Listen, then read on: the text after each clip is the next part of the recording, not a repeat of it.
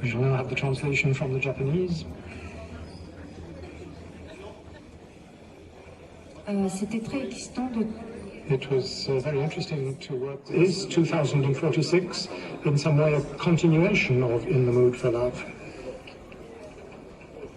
Yes, yes, it is. When we finish In the Mood for Love, we start on 246 again. But I don't think it should be like a sequel.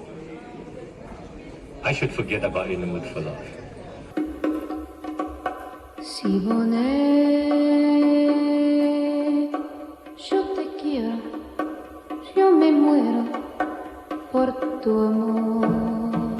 You've worked for years on 2046. Is it still the movie you had in mind? I think it will stay for a while, but I try to like the characters in the film, to get away from this 246, you know.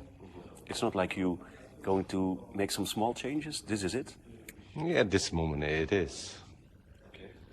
So I hope the film can be released very soon, so I don't have the chance to change it. Si bonnet, en tu boca la mi puso su dulzor.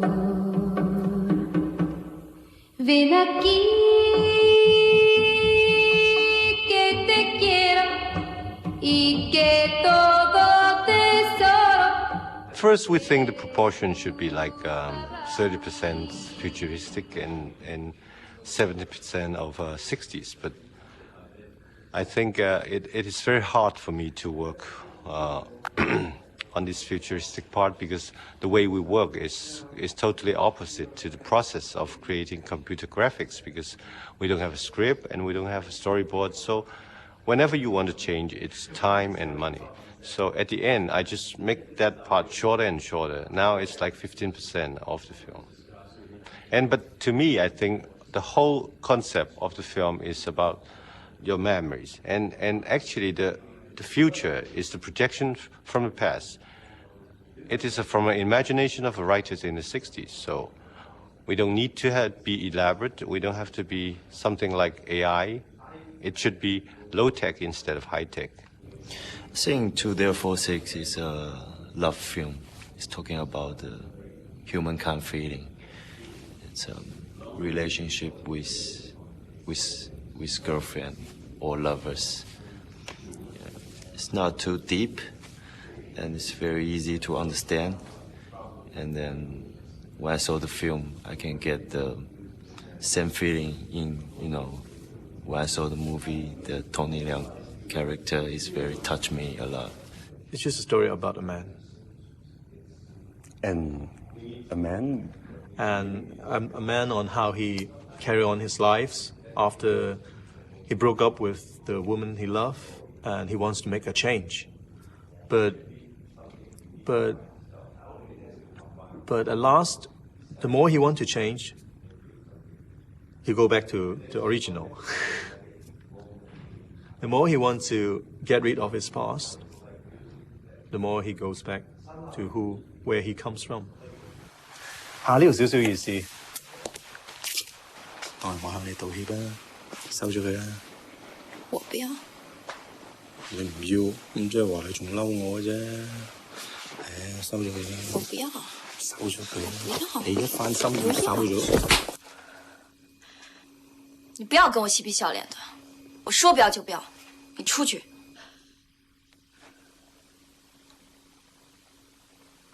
啱嘅，有嘢唔好擺喺心度啊。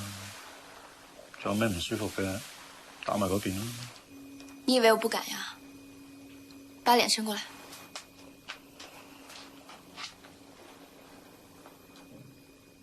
討厭。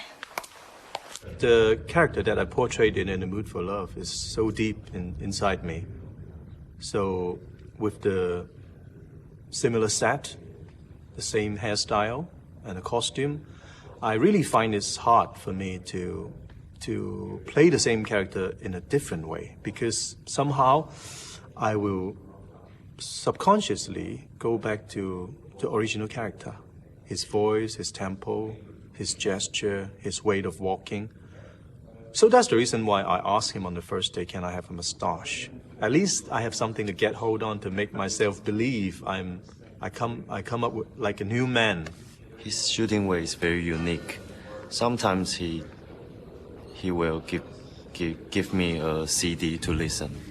Say the character you acting is like that song. For example, which song did you have to listen to? I'm not so remember the name of the song, but it's kind of rock and roll, and it's very interesting.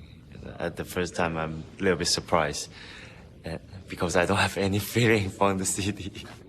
I think the whole idea of 246 is a metaphor. It actually is an excuse for writers. It is a numbers. It is a year, but also it is his memory.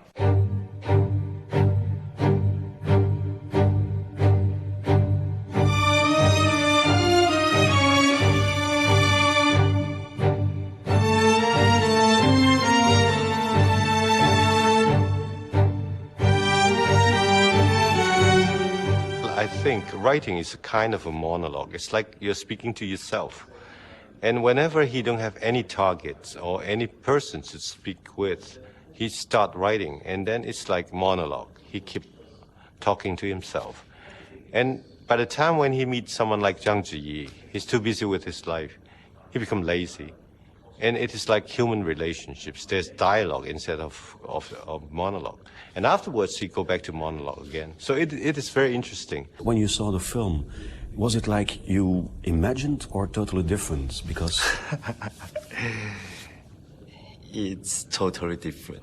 We did quite a lot of footage, and he can tell the story in different way. When he can edit it in different angle, different perspective. So I don't have any idea at the very beginning. I think it is one story, but at the same time, there's different episode in it. And we don't know, which one is the last episode. Sometimes I would tell the actors that, well, you have to play this scene as the last scene of the film. There must be intensity.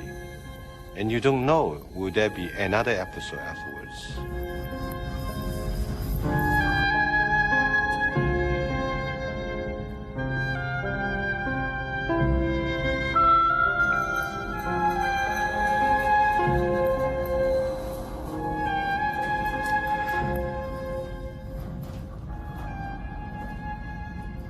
I'm not that serious. I hate to be very serious, you know. There must be humor in our life. Otherwise, it would be very boring.